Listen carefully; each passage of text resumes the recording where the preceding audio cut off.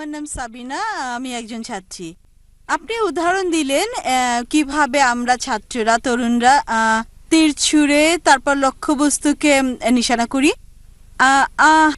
আমি আপনার ব্যাপারে ওই একই কথা, একই অভিযোগ করছি। আপনি তীর ছুঁড়লেন, তারপর আপনার তীর, তারপর লক্ষ্যবস্তুর চারপাশে নিশানা করলেন। তখন কেউ যদি আপনার মতো করে চিন্তা না করে তাহলেই ভুল। আমার মনে হয় এটা ভুল, এটা অযৌক্তিক এবং অমানবিক। বোন খুব সুন্দর গুরুত্বপূর্ণ প্রশ্ন করলেন। আমার উদাহরণের কথা বললেন যে মানুষ শূন্যে গুলি ছোড়ে তারপর অজুহাত দাঁড় করায়। আপনি বলছেন, অভিযোগ করছেন আমি একই কাজ করেছি, আর যদি লোকজন আমার কথা না মানে তাদের সমর্থন করি না।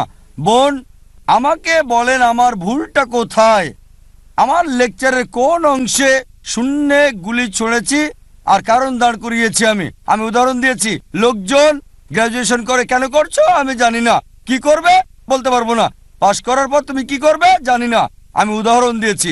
এখন আপনি আমাকে বলেন যে আমার লেকচারের কোন অংশ শূন্যে গুলি ছোড়ার মতো ছিল, তারপর আমি কারণ দাঁড় করিয়েছি।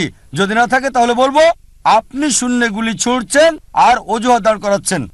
ইতিমধ্যে আপনি তো বলেছেন আমার লেকচারের কোন অংশ, উত্তর দেওয়ার সুযোগ দিলাম, আমার লেকচারে কোন অংশ শূন্য গুলি ছোড়ার মতো, তারপর কারণ দাঁড় কর। লেকচার শূন্য গুলি ছুড়ছিল না, আমি বলছিলাম মাশাআল্লাহ, ধন্যবাদ আপনাকে। পুরো উদ্দেশ্য যেমন ইসলামিক দৃষ্টিভঙ্গিতে লোকজনকে মূল্যায়ন করা, আর জীবনের উদ্দেশ্যকে শুধু ইসলামিক পন্থায় করা। ভালো জীবনের উদ্দেশ্য আমাকে দেন, এর চেয়ে ভালোটা আপনি আমাকে দেন। দেখেন, আমরা উন্মুক্ত প্রশ্নোত্তর পর্ব করছি, যে কেউ ভিন্ন মত পোষণ করতে পারে। আমি বলছি না যে আমারটাই সঠিক, অবশ্যই লোকজন আপনার থেকে ভিন্ন মত পোষণ করতে পারেন, তবে অবশ্যই যথাযথ কারণ দেখাতে হবে। যেমন ধরেন বললাম 2 যোগ 2 সমান 4, আপনি বলেন না এটা হবে 5, অবশ্যই আমি বলবো কেন। তাই যদি আমি কিছু ভুল বলি আপনি প্রমাণ করে দেবেন যে আমার ভুল। শুধু বললেই হবে না যে 2 যোগ 2 সমান 4 না। আপনি তো শিক্ষিত, ঠিক? তাই আপনি যদি বলেন আমার ভুল হয়েছে, ঠিক আছে মানলাম, প্রমাণ দেখান। শুধু নিজে কথা বলে যেন অন্যকে কথা বলার সুযোগ দেন না। প্রমাণ পেশ করেন। যদি সত্যবাদী হন আমাকে বলেন লেকচারের কোন অংশ, বা বলেন যে স্রষ্টাকে ধন্যবাদ জানানোর চেয়ে ভালো উদ্দেশ্য আর কি হতে পারে, তাকে ছাড়া কার ইবাদত করা যায়। হ্যাঁ বলেন। ওনার মাইক্রোফোনটা চালু করে দিন। হ্যাঁ, তিনি আমাদের শিক্ষা দেবেন। আমি কাউকে শেখাতে চাচ্ছি না, আমি শুধু বলতে চাচ্ছি যে আমি ছাত্র, শিখতেই পছন্দ করি আমি। আপনি শেখাতে পারেন, কিন্তু আপনি তো অন্যকে বলার সুযোগ দেন না। সরি, আপনি অন্যের কথা শোনেন না, শুধু নিজেই বলে যান। আমি আপনাকে বলার সুযোগ করে দিচ্ছি, বলেন। অনেক পার্থক্য আছে। আপনি ন্যায় আচরণ করেন না, আপনি শুধু সবাইকে কনভার্ট করতে চান। কনভার্ট মানে শুধু ইসলামে কনভার্ট করা না, মানুষের দৃষ্টিভঙ্গি কনভার্ট করেন।